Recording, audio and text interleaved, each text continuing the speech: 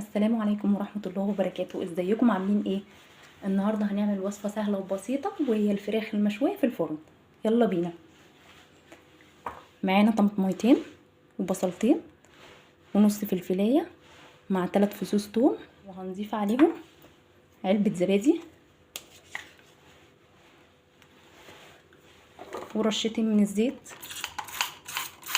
ومعانا البهارات: ملح، بابريكا، فلفل اسمر، بهارات فراخ، كمون، كزبرة.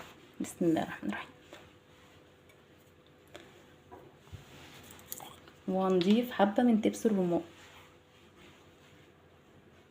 وهنضيف عصرة ليمونة. بسم الله الرحمن الرحيم.